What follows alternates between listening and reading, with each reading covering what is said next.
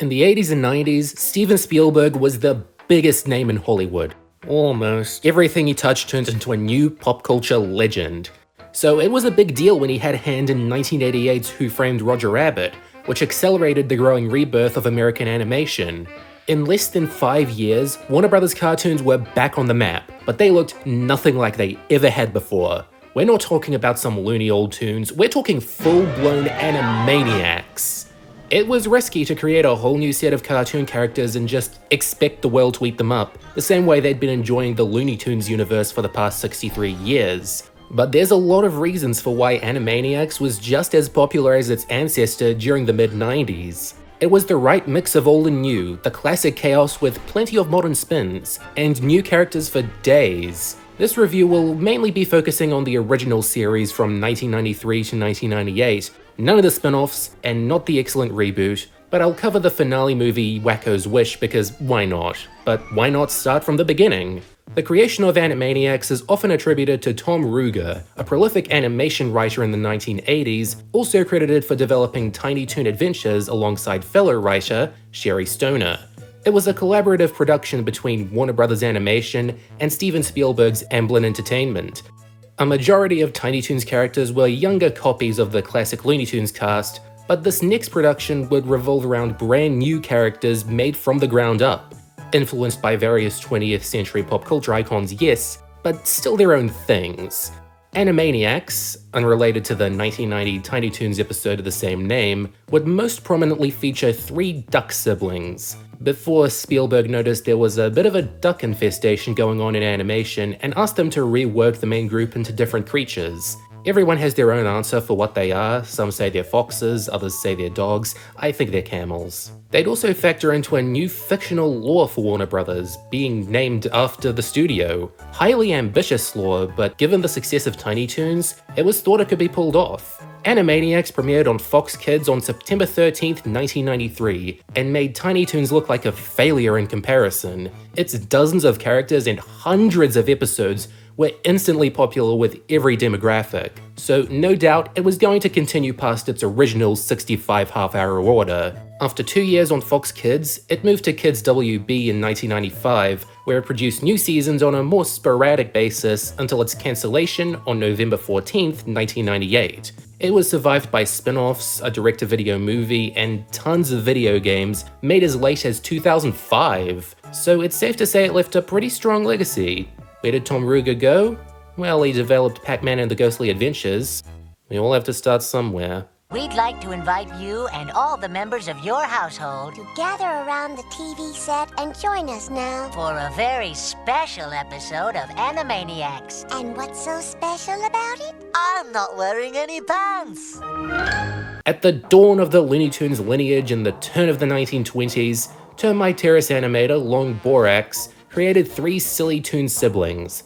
With the unprecedented addition of color to their noses, they came to life and were responsible for such nonsensical cartoons and havoc throughout the studio that they were locked away in the water tower. Since then, they've occasionally broken out to resume their usual business, boinging across the world, driving powerful people insane, and singing weirdly educational songs. Yakko is the oldest and the leader, responsible for the most wisecracks. Wacko is the middle one, a stout Liverpudlian with a massive appetite. Then there's Dot, the self-appointed cute one with a short temper. It's great how they can work as one big unit of mayhem and still stand on their own for individual adventures. They've got an excellent sibling dynamic that way.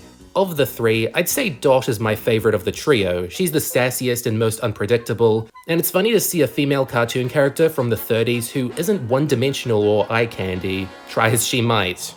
During their escapades on the movie lot, they're usually confronted by Dr. Scratch and Sniff, the German studio psychiatrist who's a bit more than a wacky accent, Ralph the dim-witted security guard who actually has a sweet family, Mr. Plotz the jaded CEO of Warner Brothers who's running out of good ideas for productions, and Hello Nurse, the other medic who's got hidden depths but mainly exists to be catcalled and smooched by Yakko and Wacko. It's not as though Dot's above them. Plenty of their more hands-on interactions could be considered politically incorrect today, but other than that, the Warner sibling segments are bursting with energy, charisma, charm, and everything that made Looney Tunes so entertaining with a heaping dose of sass. There are so many other segments to witness, but I'll take my time with each of them, since they were each clearly given a lot of thought. Pinky and the Brain is about two laboratory mice from Acme Labs bent on world domination. Well, Brain at least. Pinky's a little too giddy and naive to want to be anything more than Brain's friend. They're a classic odd couple, only tiny and plumb out of luck in all their endeavors. This never deters them from their ongoing misadventures. It's funny projecting an evil Orson Welles onto a cartoon mouse like Brain, and Pinky is the most adorable thing in the world, so these segments are a delight too. Slappy Squirrel is an old retired lady who peaked in popularity in the 1940s. She's jaded, she's seen everything, but with her nephew Skippy, retains her love for the classics. While full of slapstick, schadenfreude, and vaguely Jewish wolves, there's something oddly adorable about these segments. Slappy and Skippy are a very dynamic duo. There's more development you can muster between an aunt and a nephew than a mother and son, more for them to learn from each other, so it's no wonder this was the second most common segment on the show. The Goodfeathers, Squit, Bobby, and Pesto are a trio of Italian-American pigeons living off the streets of Burbank. They're also based on an R-rated true crime drama. While I don't know how much kids will get out of references to Goodfellas, The Godfather, West Side Story, and The Birds, these are still really cute characters. Squid has one of the most adorable smiles I've ever seen on a cartoon character, impressive for a pigeon with teeth. And Pesto referencing Tommy's How Am I Funny bit never gets old. Bobby says bada bing a lot, rounding out the set. Oh boy, Buttons and Mindy. A pastiche of the classic film and television dog Lassie, Buttons has to spend every day saving his owner's toddler Mindy, who likes to wander off. My biggest problem isn't that Buttons is put through hell only to get scolded by his owners. I kind of get the undying loyalty he has for Mindy. I really hate how formulaic these segments are. They keep telling the exact same jokes verbatim. At a certain point, they stop being running gags and just lazy retreads. The setting changes, but that's about it for most of the run. It takes way too long for them to start surprising you again. Rita and Runt is about a stray cat and dog traveling the world in search of food, warmth, and a good owner. The focus in these ones isn't on the comedy, but rather on the emotional struggle of being a stray. The songs too, they got singer Bernadette Peters to voice Rita, and she does a good job, but I can get why they retired these segments after season 1. They gradually added more comedy until the point was sort of lost. I still really love Rita and Runt as a duo, and will always remember the good times. The hip hippos, Flavio and Marisha, are a pair of luxurious, self-loving hippos who've moved into a city. They were originally stalked by a nosy zoologist, but she disappears as they run out of ways to make them interesting. Much like you would. There's an audience for these characters, and they can get some good jokes, but they aren't really tested as extremely as characters in the other segments. Chicken Boo is a giant chicken who's always trying to integrate into the human world by putting on human disguises. They're convincing at first, but someone always calls him out, and he's always busted soon after. I like his design, he's very endearing, but it's another segment where the jokes are predictable and formulaic. They make more of these as the show goes on, and you can't help but think it's because they're easy to write. I do like how he's the Warner's manager in-universe though. Katie Kaboom is a teenager who transforms into Monsters Hulk style whenever she loses her temper, which happens a lot when having the simplest conversations with her parents. It's kind of neat how she becomes a different sort of beast each time, but it's more formulaic filler. Minerva Mink is an egotistical bombshell who lives in the forest, who drives the critters around her nuts, but has insanely high standards for a boyfriend. Only 2 episodes were made before they were pulled for being much raunchier than the others. I think these segments are a bit misunderstood. They get a lot of funny visual gags out of cartoon wild takes, and Minerva isn't just eye candy. Who wants to have sex with a mink in real life anyway? Lastly, there's the Flame, a sentient baby-faced ball of fire who's apparently been present for the writing of several historic texts. He's kind of cute, but I was a bit turned off with how his first appearance was sneaky American propaganda. So yeah, plenty of characters with different stories to tell, but there are also a couple shorter bumper-length segments used to fill time. Good idea, bad idea, where Skullhead Bony Hands does something normal, then something not normal. They're good for quick laughs, not so much 7 times in a row. Mime Time, where a mime gets hurt. There aren't quite as many of these because the punchline is always the same. This kid named Colin will often leave his house to tell you a weird, rambling story about his friend Randy Beeman. They're weird, but funny. That's as many segments as I can list without my head exploding, but trust me, there's tons of variety. I don't like all of them, I want to make that clear, and you won't either. The negative way of putting it is that they're throwing everything at the wall to see what sticks, but that would imply they aren't putting much effort into them. Believe you me, they can sometimes be too satisfied with the formulas they developed, but it's not like they're never trying. That's the weird thing about the writing on this show. It's like an animated sketch comedy. There's so much on offer each night that it's rare you're left disappointed. Leave me alone, you stupid common everyday peasants. We're not pheasants. We're not even birds. Although I'd like to give you a bird. Here. The writing goes very underappreciated in the original Looney Tunes because of how memorable the animation is, and Animaniacs is very similar in that regard. It's often seen as nothing but dirty jokes and pop culture references, and yeah, that's like 80% of the writing, but the other 20% is pretty ingenious. A lot of the characters are very dynamic in any given setting, and I mean any given setting, because shortly after they're introduced in present-day America, they like to throw them into any time period they can think of. The Warners will make special friends with a number of historical figures, Pinky and the Brain will travel back to prehistory, Rita and Runt will meet Frankenstein, and the great thing is, the setting never overshadows the characters. It's still about what comedic potential they have wherever they go. I like to think the justification for their access to so many wildly different locations and times is because they're always sneaking onto film sets, and the actors are really, really dedicated to their craft. That could tie into the movie lot setting. As I mentioned, Animaniacs has a reputation for being a very naughty show when you read between the lines. They usually aren't quite as consistently suggestive as Rocko's Modern Life, but there's enough double entendres and cut-off swears to fill a 13-year-old's diary. But if a set of episodes gets too crude or violent, that's when the wheel of morality is whipped out. A roulette wheel Yakko spins to offer a lesson that's always a wacky non sequitur. At a time when TV was getting more frisky, it's funny to look back and see how they succeeded in defending their sneakier content from moral guardians. They just about made it to air with more serious attempts at edutainment value. Many of the history-focused episodes share some facts about the figures caricatured, and many of the songs are about maths, English, and geography. For these, it was much more important they make them catchy than educational, or even completely accurate, and that's allowed them to live on for generations. There are people born this century who never grew up with this show that can't get enough of Yakko's world, and that's very understandable. What was sure to gauge viewers' interest at the time was the plethora of pop culture references. Some old school like Casablanca and The Sound of Music, others more recent like Tim Burton's Batman and The Lion King.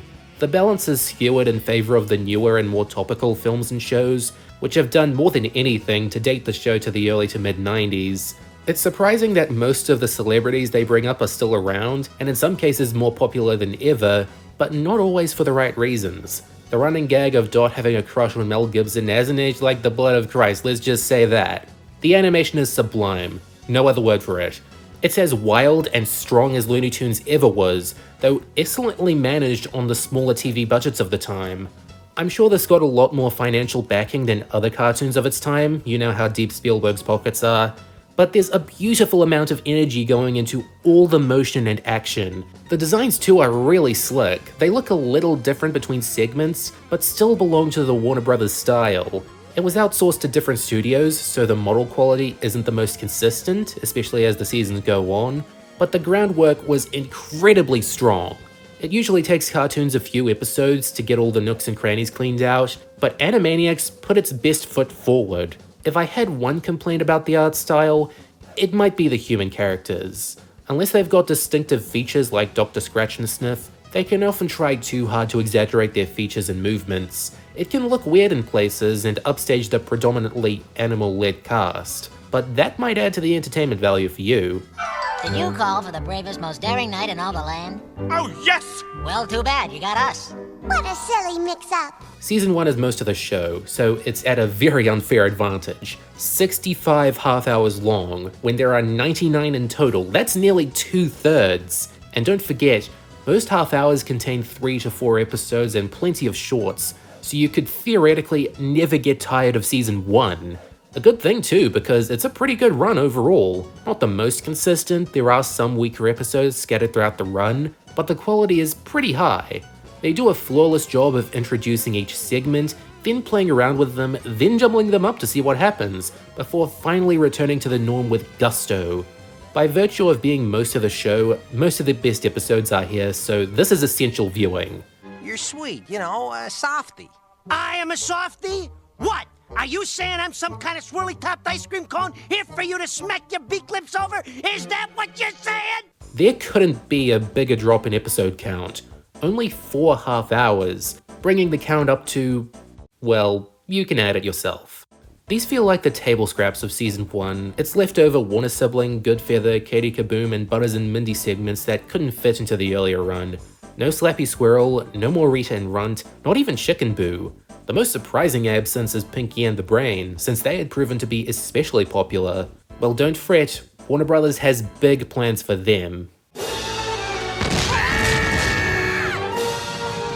I can't believe it. Our water tower! We'll be back. We'll rebuild. And we'll make a brand new water tower that's Exactly like the old one? right. Here's the first season to air on Kids WB, running for a modest 13 episodes, and likely the first to be written after the show premiered. You can tell because the meta jokes are quick to reference their success. It was incredibly rare for a cartoon to be this aware of its audience back then. Even The Simpsons weren't leaning this hard into it yet. As such, the songs focus much more on being entertaining than before. They composed their best songs this year, rounding it out with a big musical special. Heightened self-awareness doesn't automatically make the writing more clever, Chippendale. There are some less visually and comedically impressive skits, but it can rival Season 1 in overall quality. Not in complete rewatch value, Season 1 still crushes it in that department, but there's still a lot of fun in 3. Gee, Ralph, what do you want to do tonight? I don't know. What you wants to do? I don't know. What do you want to do? I have some problems with Season 4, but not enough for me to say it was entirely downhill. Of all the things they could improve upon, I actually thought the Buttons and Mindy episodes were at their best here. They're better send-ups of whatever they want to parody, and aren't as hard on Buttons compared to earlier seasons. Sure, Dogs in Pain are hilarious, but I understand why they cooled down a bit. The Warner sibling segments seem a bit cheaper and more toothless at first, but it's quickly apparent they're spending this season reacting to their less enthused viewers, namely their old enemies, concerned parents. This was notably the last season to air before the American TV rating system rolled around, and I guarantee you the Y7 rating was created with Animaniacs in mind.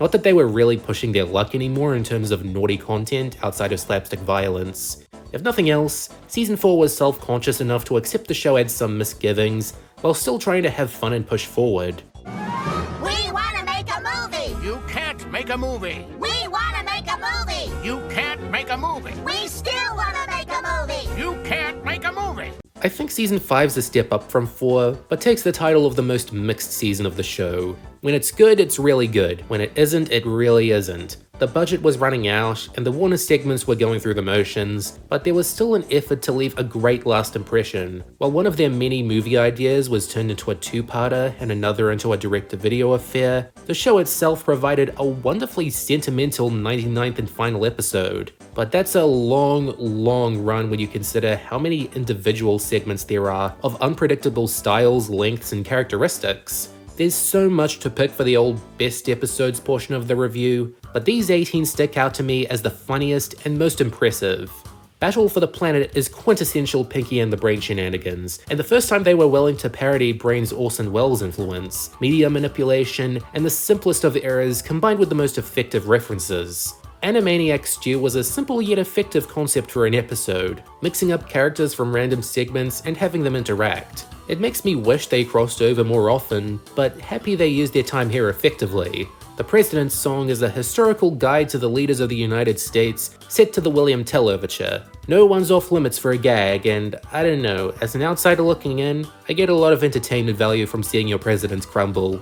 Video Review is set in a video store, if you remember what those are, where all the box art comes alive at night to go on little adventures. It's a genius concept executed amazingly, and really makes you miss the golden age of physical media, when so many movies could be yours. Bumby's Mum is absolutely brutal. It reminds you that while Disney movies had become synonymous with children's entertainment, they could be shockingly intense early on. It was also really nice of Slappy to do what she did.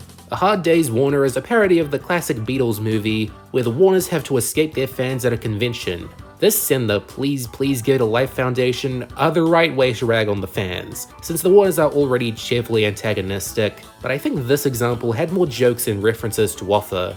Yakko's World had to be on here. It's a wonderful listen, even if you have no hope singing along to it. The fact that Rob Paulsen knows it off by heart now is pretty freaky to me. One Flew Over the Cuckoo Clock is a self-explanatory parody of the Milos Forman movie, where Slappy gets so annoyed at current talk shows that she's sent into an unhinged state. They could wring some strong emotions from this one, and put a lot of pressure on Skippy as well, but it already seems like he's grown up a bit. Meatballs or Consequences pits the Warners against a Swedish Grim Reaper. All you need to know about this one is, what if Meet the Reaper starred Joel from Vinesauce? Give Me a Break is all about Slappy trying to take a rest from the slapstick madness. She seems well and truly sincere in this request, which only makes it funnier when the world works against her to put her through an explosive day off. That's kind of what she gets for her violence in other episodes. The Animaniacs suite is the last segment of the show, and was a magical suite covering every facet of the show. A beautiful, show-improving parting gift from the late great Richard Stonini. The Censors is my favourite song of the series. It starts out as a little educational ditty about the censors set to the Irish ballad, but gradually veers into complete nonsense. By the end, they've covered everything. Hooked on a Ceiling is the most brilliant Warner historical. It felt like they'd been waiting to make jokes about Michelangelo painting his Sistine Chapel forever. The moral of the story is ideal too, you have to know your audience. Chairman of the Board is mind-numbingly relatable. The Warners meet a celebrity who can't stop rambling, and the rambling is some of the best rambling you'll ever hear in all your days. Spellbound proved just how great Pinky and the Brain could be on their own for half an hour, as medieval adventurers casting spells and escaping dragons. Something was really coming together now, they had to be stars on their own right. Taming of the Screwy is the inevitable My Fair Lady-esque attempt to make the Warners more civilized. This was still early on in their adventures with plots and scratch and sniff, so a lot of the ground to tread was still fresh, and their actions are less predictable than they'd be later. Hooray for North Hollywood is the story of how the Warners made their first movie and became big stars, a tragic meta-commentary of a timeline we never got to live in, where Animaniacs was able to break into theaters. At least it made for a really fun story that saw them tackle the issues with production and fame in the film industry head-on, and redeemed plots somewhat. In a similar vein to the rest of my top 3, my favourite episode is another one about the Warners' relationship to their studio, the 65th anniversary special. It has a lot of deep cuts into Looney Tunes history, general film history, and a lot of neat references to Animaniacs up to that point. I'm glad it wasn't the finale, but they certainly left their first season on a high note. Not that the show was this brilliant all the time. Magic time is what I meant when I said the later Warner segments were going through the motions. The animation feels a lot cheaper than how it started, and it's not like they have any new tricks to pull on Schnitzel and Roy we haven't seen before. The Blemish is about Katie discovering a pimple on her forehead. Can you guess what happens? Hint, it happened before several times already. The Master and his music was the low point of the already pretty annoying Great Wacko-Roadie segments. It's just Wacko burping classical music, the animation doesn't do enough to make it less gross. Drive Insane was my least favourite time the Warners butted heads with Scratch and Sniff, because more than the others, their treatment of him is completely unfair without a nice resolution. The Broken Date is a Katie Kaboom segment with the same setup and punchline as the others. Next. My 2 least favourite episodes come from my least favourite segment, Buttons and Mindy, especially their earlier outings. Operation Lollipop was an inauspicious start, and Mesozoic Mindy was just a reskin of the formula in the Stone Age, without much creativity or fresh comedy in its own right. I guess all that's left to talk about in terms of 90s Animaniacs content is Wacko's Wish, which after several delays, released within the last fortnight of the decade. It's set in a village in the Middle Ages where Dot is in serious need of an operation, and Wacko, the breadwinner, is informed of a wishing star that's landed far out into the wilderness. And while he and his sibs plan on wishing for Dot to get better, everyone else has their own motivations. It's a sweet movie, leaning much more on the Disney end of the scale, but after all the slapstick and schadenfreude these characters have been through, it was nice to see them get some happy endings. Rita and Runt finally have a home. Buttons is finally rewarded for all his hard work. Skippy's fallen into the black hole of girls. They're trying to end on a positive note, rather than a flat-out hilarious one. And for most of these characters, this is the last time we've ever had stories focused on them. because while Animaniacs is back with the 2020 reboot on Hulu, they've scaled back to just the Warner siblings and Pinky and the Brain. From what I've seen and heard, it's been an excellent incarnation in its own right, but the smaller cast is an understandable turn-off. Sure, a lot of these characters are parodies of increasingly vintage films and shows, but they're still zany and funny to this day. Classic Animaniacs didn't hit the mark all the time. It's inevitable that so many ideas just weren't going to work for everyone. However, I'll still always love it. Amblin and Warner Brothers were able to make a new generation of clever, high-octane cartoons, and they certainly helped in reviving interest in this style. I'm not ready to say goodbye yet, so you know what? Next review is Pinky and the Brain. I can't resist checking it out. I want more out of these mice and of this show. But how else are you expecting me to feel after seeing these Animani and just totally insaney? Animaniacs, those are the facts.